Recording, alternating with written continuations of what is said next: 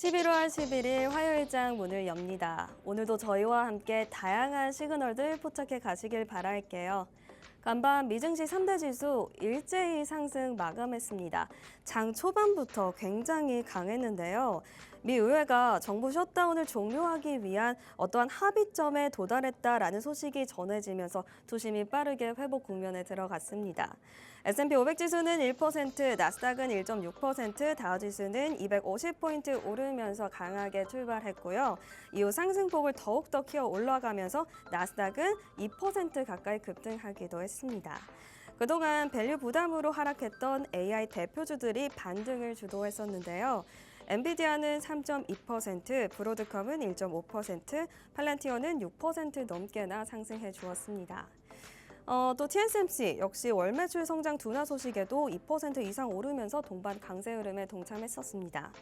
이번 합의안에는 1월까지 정부 업무 재개 그리고 공무원 해고 철회 및 보호 조치가 포함된 것으로 전해졌는데요.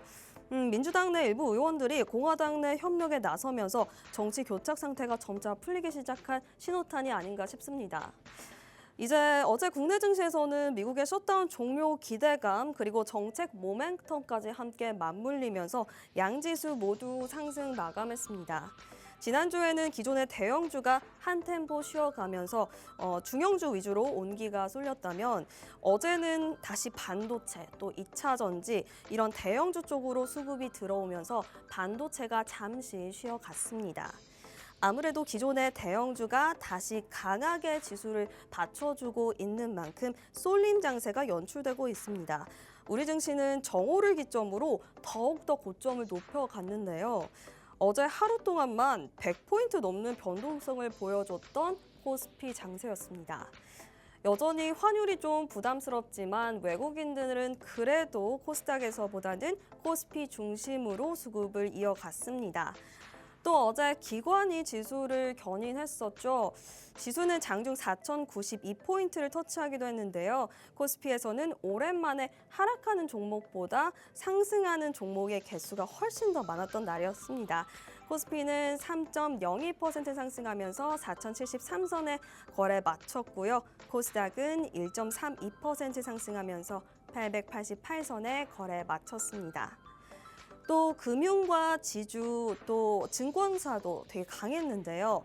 배당소득세 인하 소식에 주주 환원 기대감이 커졌고요. 이에 따라 금융과 자사주 비중이 높은 종목들이 불기등을 일제히 세웠습니다. 인공지능 거품 우려가 완화되면서 아시아 증시 전반적으로 훈풍이 또 불었었는데요. 미국 셧다운 협상 진전 소식에 투자 심리가 살아난 겁니다. 일본 니케이, 홍콩 항생, 호주 지수까지 모두 상승 흐름에 동참해 주었습니다. 저희 레디 개장 시그널 소개해 드려야죠. 저희 레디 개장 시그널은요. 미국 증시, 국내 증시 여러 가지 이슈들, 중요한 이슈들 한 번씩 체크해 볼 예정입니다. 실시간 개장 상황도 함께 모니터링할 예정이고요. 또 요즘 우리 시장을 주도하고 있는 특별한 트렌드 섹터들까지 함께 정리해 볼 예정입니다. 밤 12시까지 이어지는 팍스경제TV의 다양한 프로그램 통해서 장중 대응 전략 또 내일장 대비까지 함께 해보시면 좋을 것 같습니다. 저희 방송 실시간 시청 유튜브로도 가능합니다. 유튜브 검색창에 팍스경제TV라고 검색하셔도 좋고요. 하단에 나와 있는 QR코드 타고 들어오시면 저희 방송을 실시간으로 시청 가능하십니다. 자, 그럼 저희 전거래일 마감 상황 자세하게 알아봐야죠. 백소영 캐스터가 준비했다고 합니다. 백소영 캐스터 전해주시죠. 안녕하세요. 레디 개장 시그널 캐스터 백소영입니다. 우리 증시 지난주 AI 버블론과 함께 잠시 쉬어갔지만 어제는 양시장 모두 좋은 흐름 보여줬습니다. 미국의 셧다운 우려 완화와 배당소득 분리과세 최고세율 인하 소식에 투자 심리가 개선되면서 4,000피를 회복했는데요. 자세한 마감 지수 함께 살펴보시죠. 먼저 코스피입니다. 전거래일 대비 3.02% 상승한 4,073선에 거래 마쳤습니다. 장중 한때 4,090선까지 올라 4,100선 복귀를 시도하기도 했습니다. 코스닥 역시 상승했는데요. 전거래일 대비 1.32% 오른 888선에 거래 마쳤습니다. 이어서 자세한 수급 상황도 함께 살펴보시죠. 코스피 시장에선 기관이 홀로 1조 3천억 원대 매수 보이면서 지수 끌어올렸습니다. 반면 개인과 외국인은 팔자세 보였는데요. 개인은 1조 1천억 원어치 물량을 던졌고 외국인도 1,500원어치 물량 매도했습니다. 코스닥에서도 비슷한 수급 상황 이어졌는데요. 개인과 외국인이 각각 412억 원, 148억 원어치 순매도했고요. 기관 홀로 518억 원어치 순매수했습니다. 이어서 시장이 주목한 국내 핫 이슈 두 가지 함께 만나보시죠. 먼저 국민연금이 국내 주식 비중 확대에 나설 것이라는 소식입니다. 국민연금의 추가 매입을 위해 국내 주식 자산의 배분 비율을 상향하는 방안이 검토되고 있는데요. 올해 들어 코스피 지수 급등으로 국민연금이 보유한 국내 주식 비중이 연말 목표 비중인 14.9%를 훌쩍 넘은 17% 이상인 것으로 알려졌습니다. 추가 매수 여력을 사실상 소진한 건데요. 따라서 국민연금 기금운용본부는 국내 주식 보유 한도를 높이기 위해 TAA를 활용하는 방안을 검토 중입니다. TAA는 기금운용본부의 재량으로 2%포인트까지 목표 비중을 늘리거나 줄일 수 있는 제도인데요. TAA를 활용하면 매수 허용 범위가 19.9%까지 높아져 국내 주식을 최대 30조 원어치 추가 매수할 수 있는 것으로 알려졌습니다. 이렇게 기관 순매수가 이어질 가능성이 제기되면서 우리 증시에 긍정적 영향을 줄 것이라고 해석하는 전문가들도 있지만요. 연기금은 증시 급등락을 완화하는 역할을 해야 하는데 국내 주식 투자 비중을 지나치게 끌어올리면 변동성을 키워 시장 안전성을 해칠 것이라는 우려의 목소리도 나오고 있습니다. 이어서 두 번째 이슈도 함께 살펴보겠습니다. 두 번째 이슈는 올해 K푸드 수출이 작년 대비 5.7% 증가했다는 소식입니다. K콘텐츠가 인기를 끌면서 라면과 김치 등 K푸드에 대한 수요도 지속적으로 늘어났는데요. 농림축산식품부에 따르면 K푸드 수출액은 지난해보다 5.7% 증가한 112억 4천만 달러를 기록했습니다. 7월부터 지난달까지 중동에서는 23.5%, 중화권에서는 7.7%의 성장세를 보였는데요. 특히 중동에서는 K 아이스크림과 음료가 80% 넘는 성장세를 보여줬습니다. 정부는 연말까지 수출 지원을 강화해 올해 K푸드 수출 목표인 140억 달러를 달성할 수 있도록 노력하겠다는 입장입니다. 지금까지 국내 핫 이슈 두 가지 살펴봤고요. 이어서 대형주 업종별 흐름 살펴보시죠. 어제 코스피 시총 상위 종목들 거래 정지된 삼성바이오로직스 제외하고 전체적으로 상승한 모습입니다. 삼성전자는 2.7% 오르면서 10만전자를 다시 회복했고요. SK하이닉스 역시 4.48% 오르면서 60만 닉스를 회복했습니다. 대다수 업종 오른 모습 확인하실 수 있고요. 특히 주주 환원 정책 기대감에 증권과 금융, 보험업종 상승이 두드러졌습니다. KB금융 4.28% 상승했는데요. 장중한 때 7.11% 상승하면서 신고가를 터치하기도 했습니다. 하나금융지주 4.57%, 메리츠금융지주도 2.6% 상승했습니다. 현대차와 기아는 슈퍼카에 버금가는 가속 성능에 높은 효율을 구현한 기술 특허 출원 소식을 발표하면서 상승했는데요. 현대차 2.46%, 기아 3.27% 상승했습니다. 지금까지 시총 상위 종목들 흐름 살펴봤고요. 이어서 특징주 두 가지도 함께 만나보겠습니다. 먼저 첫 번째 특징주는 매드팩토입니다. 신약개발기업 매드팩토는 면역항암제 후보물질 백토서팁의 고륙종 임상에서 완전 관해를 포함해 치료 반응률이 36%로 나타났습니다. 고륙종은 뼈와 연골에 발생하는 희귀 악성 종양인데요. 기존 치료법은 그 효과에 한계가 있는 것으로 알려졌습니다. 매드팩토의 임상 1상 결과의 발표에 따르면 고륙종 환자 11명을 대상으로 백토서팁을 단독 투약한 결과 재발을 거듭해온 환자 1명이 완전 관해에 도달했으며 4명은 부분 관해 반응을 나타냈다고 하는데요. 완전 관해는 종양이 완전히 사라진 상태이고 부분 관해란 종양이 일부 감소한 상태인데 이처럼 높은 치료 효과를 보이며 완전 관해가 나타난 건 세계적으로 드문 사례입니다. 안전성과 내약성도 우수했다고 밝혔는데요. 이번 발표를 통해 벡토서팁은 단독 투여만으로도 골육종에서 높은 치료 효과가 있음을 입증했습니다. 성공적인 임상 결과 발표에 매드팩토는 30% 상승하면서 6,110원에 거래 마쳤습니다. 지금까지 첫 번째 특징주 함께 알아봤고요. 이어서 다음 특징주도 살펴보겠습니다. 다음 살펴볼 특징주는 롯데 에너지 머티리얼즈입니다. 미국 전기차 보조금 정책 폐지 영향으로 북미 전기차 시장이 급격히 둔화하면서 가동률 회복이 지연됐습니다. 작년 동기 대비 매출은 32% 감소했고요. 영업 적자도 8% 늘었는데요. 하지만 적자 지속에도 불구하고 AI, 전고체 배터리 테마와 그룹 시너지 기대감이 겹치면서 29.82% 급등했습니다. 특히 4분기 이후에는 글로벌 빅테크 기업들의 인공지능 데이터 센터 투자 증가에 따라 관련 회로박 제품의 수요가 큰 폭으로 증가할 것이라는 예상이 나오고 있습니다. 이에 따라 국내 유일 회로박 제조기지인 익산 공장의 역량 강화로 북미 성장세가 뚜렷해질 것이라는 시장 기대감이 유입되면서 크게 올랐는데요. 다만 실적 기반의 상승은 아닌 만큼 관련 소식들 계속해서 지켜보시면 좋을 것 같습니다. 지금까지 특징주 2가지 함께 살펴봤고요. 그렇다면 AI는 우리 시장을 어떻게 바라봤을까요? AI가 주목한 시그널 2가지 함께 만나보시죠. AI가 주목한 첫 번째 시그널은 바로 타이어였습니다. 3분기 성적표를 받아든 국내 타이어 3사의 표정은 엇갈렸는데요. 미국 관세 타격이 본격화된 가운데 현지 생산 비중이 가장 높고 원가 절감에 성공한 한국 타이어만이 유일하게 수익을 방어했습니다. 다만 업계에서는 우려보다 기대하는 분위기가 이어지고 있는데요. 북미와 유럽 등 주요 시장에서 고수익 타이어를 중심으로 판매가 꾸준히 성장하고 있는 데다 원재료 가격이 하락하고 있기 때문입니다. 내년 하반기로 갈수록 실적 개선에 속도가 붙을 것으로 보이는데요. 여기에 미국 부품 관세가 내년부터 15%로 기존 대비 10%포인트 낮아지는 만큼 시장의 기대가 커지고 있습니다. 이런 기대감에 한국 타이어앤테크놀로지 18.54% 크게 올랐고요. 한국앤컴퍼니도 12.6% 올랐습니다. 금호타이어와 넥센타이어, 넥센 모두 6% 이상 오르면서 큰 상승 보여줬습니다. 이어서 AI가 주목한 두 번째 시그널도 함께 만나보시죠. AI가 주목한 두 번째 시그널은 바로 보안이었습니다.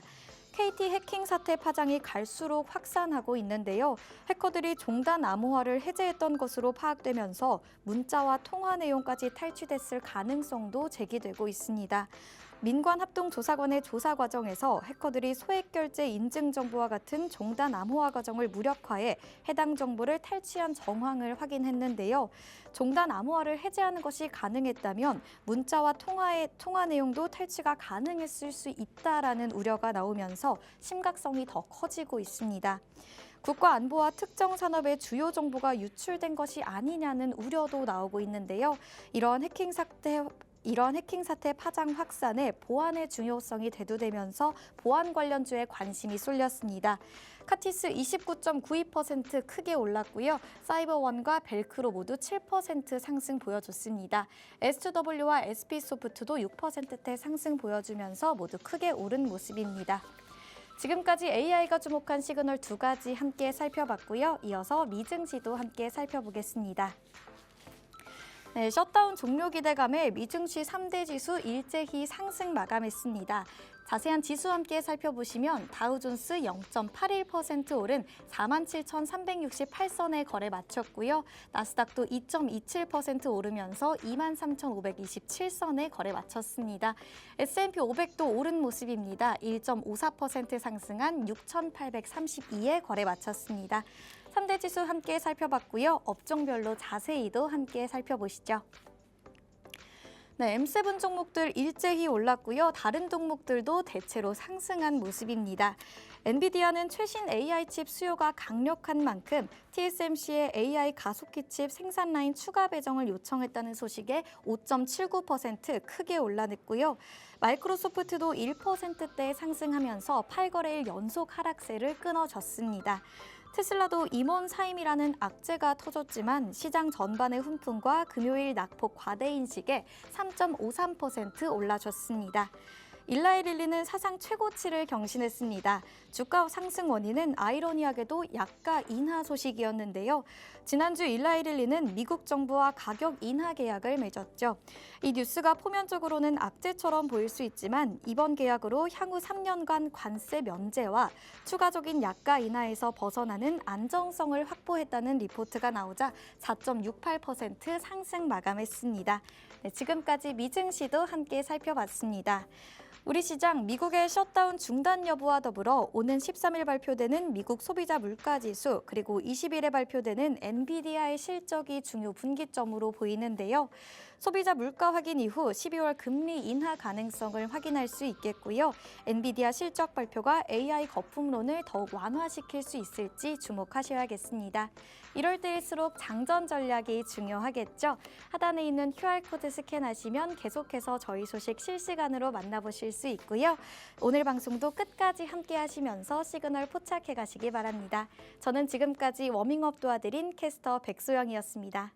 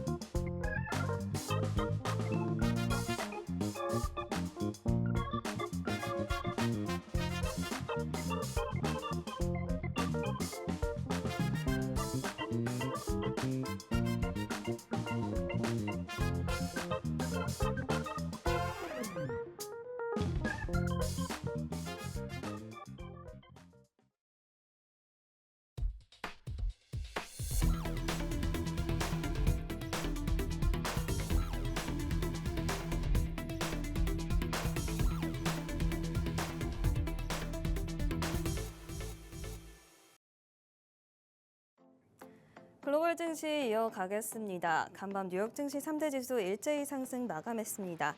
역대 최장 기간으로 이어졌던 연방정부 셧다운 사태가 마무리될 가능성이 커지면서 투자 심리가 회복됐고 AI 고평가 논란으로 눌렸던 빅테크 중심으로 반발 매수세가 강하게 유입되면서 상승 마감할 수 있었는데요. 특히 엔비디아가 5% 넘게 오르면서 시장 상승을 주도했었고요.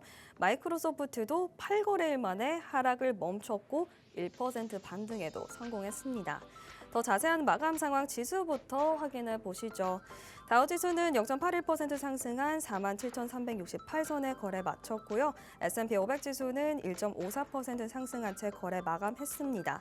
나스닥 지수는 2.27% 상승한 23,527선에 거래 마감했습니다.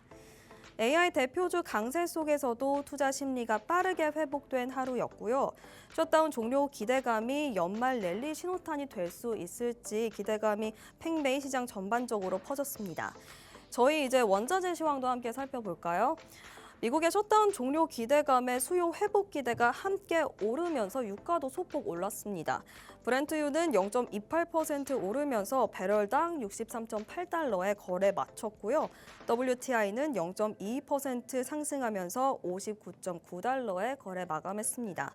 다만 원유 재고 증가와 오펙 플러스의 증산 계획이 있으므로 공급 과잉 우려는 여전히 존재한다는 점은 참고하셔야겠습니다. 국제금리는 셧다운 타결 기대감 속에서 위험자산 심리가 다시 한번 올라가면서 강해지면서 소폭 상승세 보였습니다. 10년물 국제금리는 4.1%에 마감했고요. 2년물은 3.59% 수준에서 마감했습니다. 금값도 살펴볼까요? 미국의 부진한 경제 지표로 12월 금리 인하 기대감이 현재 커지는 상황 속에서 금값이 상승했습니다. 현물 금값은 온스당 4,091달러, 2.3% 올랐고요. 2주 만에 최고치를 다시 한번 기록했습니다.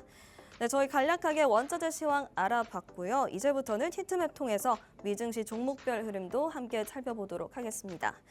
연방정부 셧다운에 대한 불확실성이 거치면서 11개 섹터 전반적으로 상승장이 연출됐습니다. 지난주 낙폭이 컸던 기술주 중심으로 안도 랠리가 이어졌는데요. 종목 간 흐름 좀 만나보실까요? 먼저 엔비디아는 중국이 이제 미국을 겨냥한 히토류 수출 통제를 1년간 유예하기로 결정하면서 셧다운 종료 기대감이 맞물리며 장중 5% 상승하기도 했습니다. TSMC는 10월 매출이 전년 대비 16.9% 증가했습니다.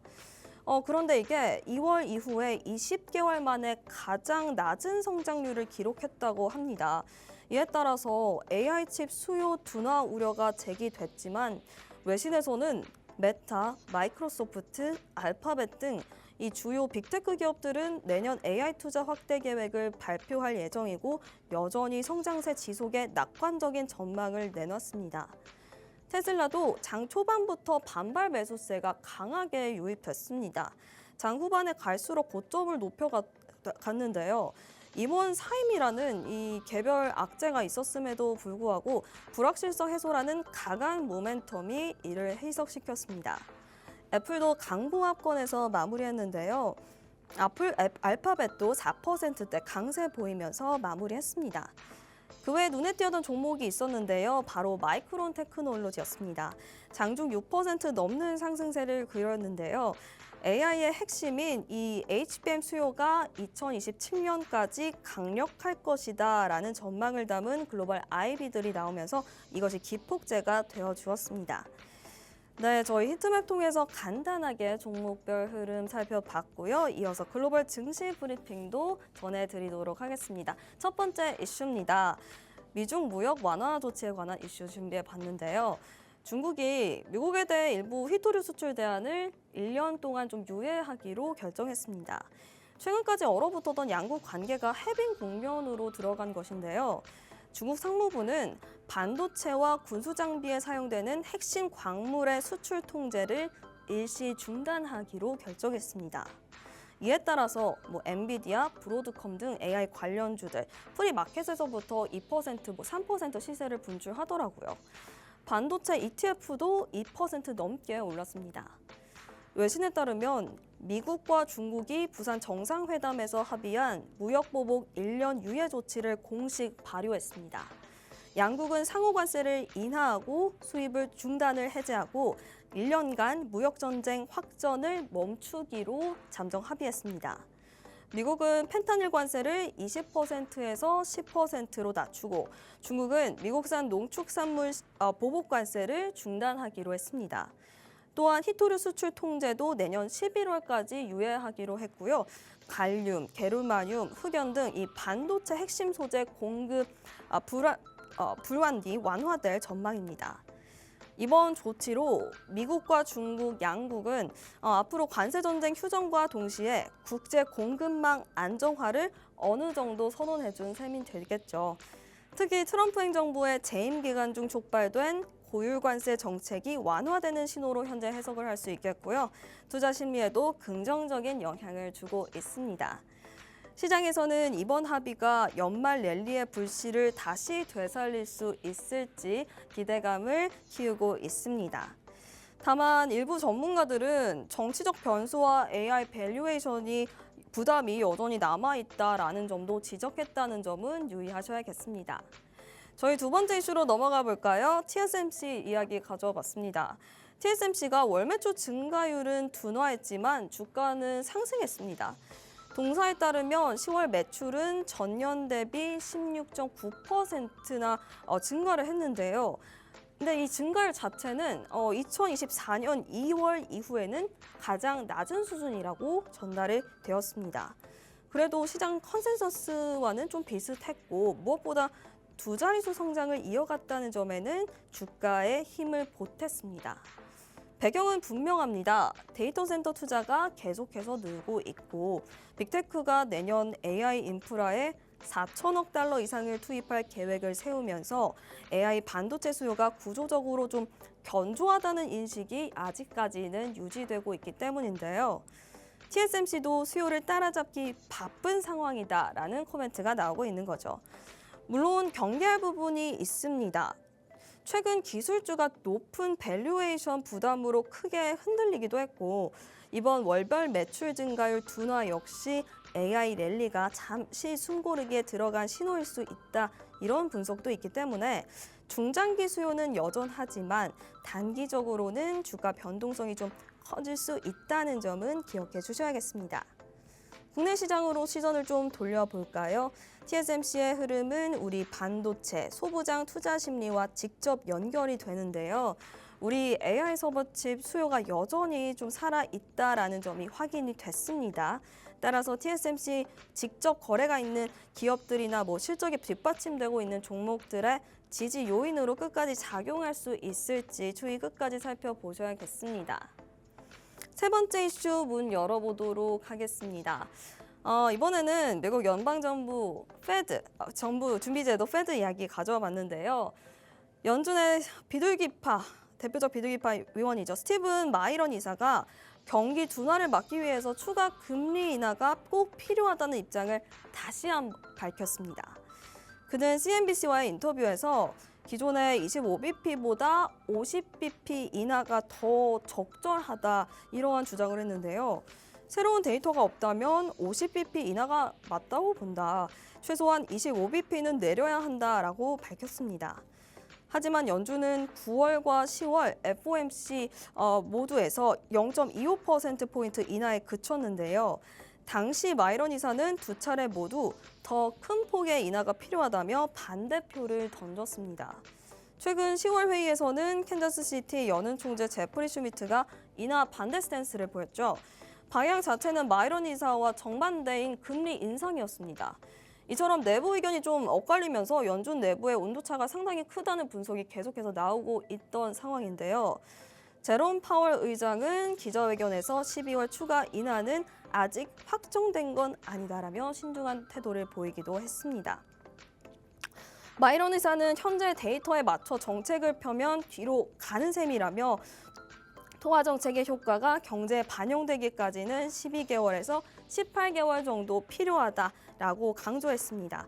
즉 지금이 아니라 1년 후 경제를 내다보고 통화 정책을 결정해야 한다. 금리 인하를 좀 서둘러야 한다라고 주장한 것이죠.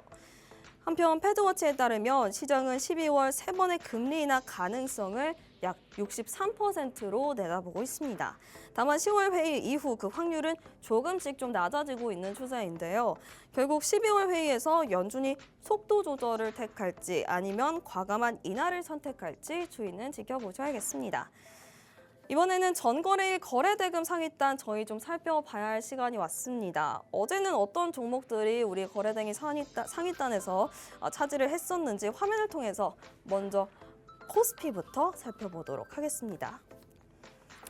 전반적으로 장 초반과 달라진 점은 없었습니다. 여러 종목 중에서 6위를 차지했었던 APR에 대해서 가져왔는데요.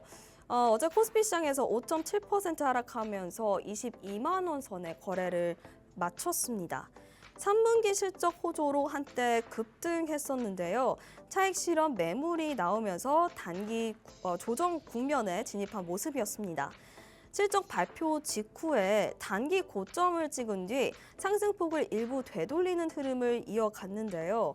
수급면에서는 최근 외국인과 기관의 매도 전환이 눈에 띄었는데 특히 11월 초 외국인이 하루에만 30만 주 넘게 팔아치우며 수급이 다소 흔들리는 모습을 보였습니다. 다만 최근에는 저가 매수세가 유입되면서 점차 안정을 찾고 있습니다. 지난주부터 화장품주 실적이 계속해서 이어지고 있는 상황인데 업종 내에서는 LG생활건강, 아모레퍼시픽, 코스메스 등 주요 화장품주들이 약세를 보였고요. APR의 하락폭은 업종 평균을 웃도는 5% 후반대였습니다. 다만 매출 성장성과 수익성은 여전히 견조합니다. 올해 매출이 1조 원을 넘어설 것으로 예상이 되고요. 영업이익률도 20%대 중반까지 확대될 전망입니다. 고성장, 고수익 구조를 유지하면서 K뷰티 대표 성장주로 자리 잡고 있는 평가를 받고 있는 APR이었습니다. 저희 다음은 SK 만나보시죠. 전거래일에서 85위였는데 어제 13위로 단숨에 올라왔습니다. 지주사주 전반이 강세를 어제 보였던 하루였는데 SK 역시 9%대 급등하면서 장을 마쳤는데요. 배당소득 분리과세 완화 소식이 전해지면서 대표적인 고배당주이자 지주사 종목인 SK에 매수세가 쏠렸습니다. 정부와 여당이 기존 35%였던 배당소득 최고세율을 25% 수준으로 낮추는데 방안을 좀 검토하고 이에 공감하고 있다는 소식이 들렸는데요. 시장 전반의 투자 심리가 자극됐었습니다. 이 같은 정책 기대감 속에서 KB금융, 하나금융지주, HD현대 등 지주사주가 일제히 오름세를 보였고요. 특히 SK 지주사 매입과 배당 확대 가능성이 좀 부각이 되면서 정책 수혜주로 또 주목을 받았었습니다. 전문가들은 세율 인하가 실현될 경우 지배주주의 배당 의사도 강화될 것이라며 고배당주 중심의 수급 유입이 당분간 이어질 것으로 내다봤습니다. 네, 저희 글로벌 이슈와 전거래일 상위 종목단 흐름까지 짚어봤고요. 잠시 후에 개장 상황으로 돌아오도록 하겠습니다.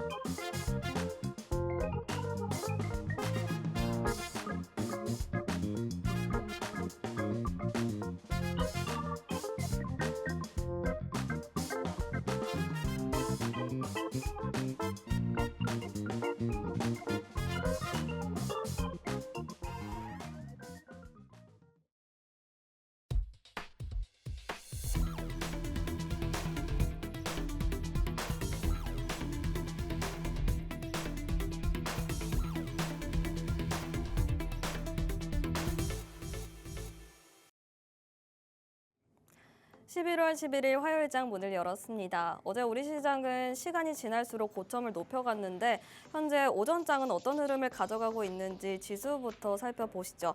현재 코스피는 1.92% 상승한 채 4,151선 지나가고 있습니다. 상승하는 종목은 733개 집계되고 있고요. 하락하는 종목은 125개 집계되고 있습니다. 코스닥도 살펴보겠습니다. 현재 1.4% 상승한 900선대에서 거래되고 있고요. 상승하는 종목은 1,400개 집계되고 있고요. 하락하는 종목은 198개 집계되고 있습니다. 저희 수급 상황도 살펴보도록 하겠습니다. 코스피에서는 현재 개인이 홀로 매수 우위 보이고 있습니다. 3,800억 원가량 담고 있는데 외국인은 815억 원 물량 덜고 있고요. 기관은 2,619억 원 발자세 보이고 있습니다. 사실 외국인은 현재 거의 10거래일 가까이 매도로 일관하고 있습니다. 계속해서 환율에 대한 부담이 있는 상황 속에서 현물 시장에서는 외국인이 그래도 매도로 일관하고 있는 반면 선물 시장에서는 물량을 담고 있었는데 지금은 선물 시장에서도 외국인이 2천억 원 넘게 팔자세 보이고 있다는 점 참고하시면 좋을 것 같습니다. 현재 코스피 시장에서 기관이 2천억 원 넘게 팔자세 보이면서 지수에 하방 압력하고 있습니다. 코스닥 시장 수급 상황도 살펴보겠습니다. 개인이 현재 170억 원 물량 담고 있고요. 외국인이 86억 원 소폭 담고 있고 기관이 115억 원 물량 덜고 있습니다. 저희 시가총액 상위단도 살펴보도록 하겠습니다. 1위부터 10위까지 KB금융을 제외하고는 모두 빨간불 켜고 있습니다. 삼성전자, SK하이닉스, 반도체 투톱 현재 1.99% 삼성전자 상승한 채 10만전자 위로 올라왔고요. SK하이닉스도 3.47% 상승한 채 62만 7천 원에 거래되고 있습니다. LG에너지솔루션도 ESS 모멘텀이 함께 있죠. 1.61% 상승한 채 47만 3천 원에 거래되고 있습니다. 코스닥도 살펴보시죠. 저희 알테오젠 현재 강보합권에서 거래되고 있고요. 에코프로 형제주도 각각 2%대, 6%대 상승불 켜가면서 기분 좋은 출발하고 있습니다. 레인보우 로보틱스도 2%대 상승불 켜가고 있고 현재 바이오 종목단에서는 좀 혼조름이 나타나고 있는데 HLB는 1%대 상승불 켜가고 있고요. 펩트론부터 ABL 바이오, 리가켄 바이오까지는 약보합권 1%대 하락 보여주고 있습니다. 저희 시가총액 상위단까지 살펴봤고요. 저희 요즘 시장에서 눈에 띈 트렌드 섹터를 준비해준 김도희 캐스터가 있다고 합니다. 김도희 캐스터 준비해 주시죠. 안녕하세요. 캐스터 김도희입니다. 여러분 오늘 막대 과자 다들 챙겨 드셨나요? 아마 반도체 대장주 갖고 계신 분들이라면 어제부터 달콤한 하루가 되셨을 것 같습니다. 우리 시장 어제부터는 삼성전자가 10만 전자 타이틀을 되찾았고 SK하이닉스가 60만 닉스를 재탈환해냈는데요. 국내에서는 지금 기업들의 실적 발표가 계속해서 이어지고 있다는 점, 그리고 그 점에서 이 호실적을 내고 있는 기업들이 많고 미국에서는 미 연방정부 셧다운 해제 기대감이 높아진 것도 호재로 작용을 했습니다. 이런 상황에서 오늘 우리가 주목해봐야 할 섹터들은 어떤 것들이 있을까요? 오늘 장을 이끌 트렌드 섹터들 지금부터 저와 함께 만나보시죠. 네, 오늘은 제약바이오, 온실가스, 정유주, 배터리주 준비해봤습니다. 먼저 제약바이오주입니다. 본격적인 학회 시즌이 개막했는데요. 통상적으로 11월은 글로벌 주요 학회가 집중적으로 개최되면서 제약바이오 학회 시즌이라고 불립니다. 이 연말 학회를 통한 임상 데이터 공개 그리고 기술 이전 기대감이 업종 반등의 계기가 될 수도 있다는 전망인데요. 12월에도 주요 학회가 이어집니다. 12월 1일에 개최되는 알츠하이머 임상학회에는 아리바이오와 뉴라클 등이, 그리고 12월 4일에 개최되는 미국 뇌전증학회에는 SK바이오팜과 시티바이오팜 같은 기업들이 참여하는데요. 이 리가켄 바이오와 더불어서 바이오텍 탑픽으로 꼽히는 알테오젠에는 또 다른 모멘텀이 있습니다. 바로 이 코스피 이전 상장을 위한 절차에 본격적으로 돌입했다는 건데요. 지난주 임시주총을 열고 코스피 이전 상장을 위한 안건을 상정한 것을 이사회 의결했습니다. 알테오젠이 코스피로 상장하게 된다면 우리 시장엔 어떤 영향을 미치게 될까요? 일단 외국인과 기관 자금 유입이 보다 더 용이해질 전망입니다. 코스피는 코스닥에 비해서 변동성이 낮고 편입 제한이 적기 때문에 글로벌 연기금과 지수 조총 패시브 펀드의 접근성이 크게 높아진다는 강점이 있는데요. 특히 이 알테오젠은 시가총액이 코스닥 상위권인 만큼 이전 상장 이후에 코스피 200과 MSCI 지수 편입 가능성도 시장에서 점쳐지고 있는 상황입니다. 코스피 이전 상장 발표 후 지속적으로 주가도 상승세를 이어가고 있는 알테오젠. 이 코스피 이전 상장 발표 직전인 8월 22일엔 42만 2천 원이었는데요. 어제장에선 52만 2천 원에 거래가 됐습니다. 12월엔 코스피 이전 상장 임시 주총 일정이 있는데요. 바이오 섹터에서 전반의 투자 매력도를 이끌어갈 대장주인 알테오젠, 코스피로 이전하게 되면 또 어떤 저력을 보여줄지 한번 기대해 보겠습니다. 다음으로는 온실가스주입니다. 어제 정부가 온실가스 목표 상향 소식을 밝혔는데요. 2035년까지 온실가스 배출량을 2018년 대비 최대 61%까지 줄이겠다고 한 겁니다. 국가 온실가스 감축 목표는 각 나라가 온실가스를 얼마나 줄일지 스스로 정해서 발표하는 계획인데요. 왜 이런 계획이 만들어졌냐의 배경부터 말씀드리겠습니다. 온실가스가 대기 중에 많아지면 지구 온도가 높아지는 원인이 된다는 건 당연하게 다들 아실 텐데요. 이걸 줄이지 않으면 폭염 그리고 홍수 같은 기후 문제로까지 이어질 수 있기 때문에 전 세계가 온실가스를 줄이려는 노력을 하고 있는 상황입니다. 정부와 여당이 기존의 2030년까지 2018년 대비 40%를 줄이겠다고 발표한 수준을 2035년까지 53%에서 61%까지 올리는 안을 검토하면서 시장의 관심이 커진 겁니다. 정책이 바뀌면 관련 산업도 함께 영향을 받을 수밖에 없는데요. 기업들은 배출량을 줄여야 하기 때문입니다. 설비 교체, 에너지 절약 기술 도입 등이 필요하겠죠. 이 과정에서 이 전력 효율화 그리고 재생에너지, 탄소 저감 장비 그리고 수소 에너지 관련 기업들이 수혜를 볼 수 있겠습니다. 그래서 어제 전력 설비와 효율화 관련 종목이 강세를 보였는데요. LX 일렉트릭은 전력 시설 개선, 스마트 전력망 군추 사업을 하고 있기 때문에 온실가스 감축 정책의 대표적인 수혜 종목으로 꼽히고 있습니다. LS 일렉트릭 전거래일보다 8.64% 오른 47만 8천 원, 그리고 현대제철은 4.59% 상승한 3만 1,900원에 거래 마쳤습니다. 정부가 목표를 높일 경우에 기업의 비용 부담도 증가할 수 있기 때문에 산업 전체가 동시에 이익을 보기는 좀 어려운 구조일 수밖에 없습니다. 다만 온실가스를 줄이기 위한 제품과 기술을 보유한 기업에는 오히려 매출 확대의 기회가 될 수 있다는 평가가 나오는 만큼 한번 지켜봐야겠습니다. 다음으로는 정유주입니다. 올해 상반기에 이 정유주가 적자를 기록했는데요. 올해 2분기에는 적자를 기록했는데요. 3분기에는 흑자 전환에 성공했습니다. 4분기에도 견조한 실적이 이어질 거란 기대감이 주가를 끌어올리고 있는데요. 이 석유 수출 기구인 오펙 그리고 주요 산유국 연합체인 오펙 플러스는 최근 회의에서 12월 원유 생산량을 하루 13만 7천 배럴 늘리기로 결정을 했습니다. 또 내년 1분기에는 추가 증산을 중단하기도 했는데요. 이런 결정은 국제 유가 하락 압력을 줄이는 요인으로도 작용하고 있습니다. 이 경제 마진이 개선된 배경에는 글로벌 공급 차질 영향이 크다고 할 수 있겠습니다. 지금 미국과 유럽을 중심으로 노후 정제 설비가 폐쇄되거나 가동이 함께 축소되고 있는 상황인데요.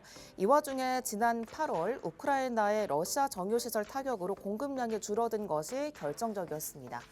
올해 상반기 초에 이 적자를 냈던 국내 정유 4사 3분기 들어서 나란히 흑자에 전환했다는 얘기 연속해서 말씀드리고 있고요. SK이노베에서는 석유 사업 호조로 영업이익 5,735억 원, S오일은 2,292억 원을 기록했습니다.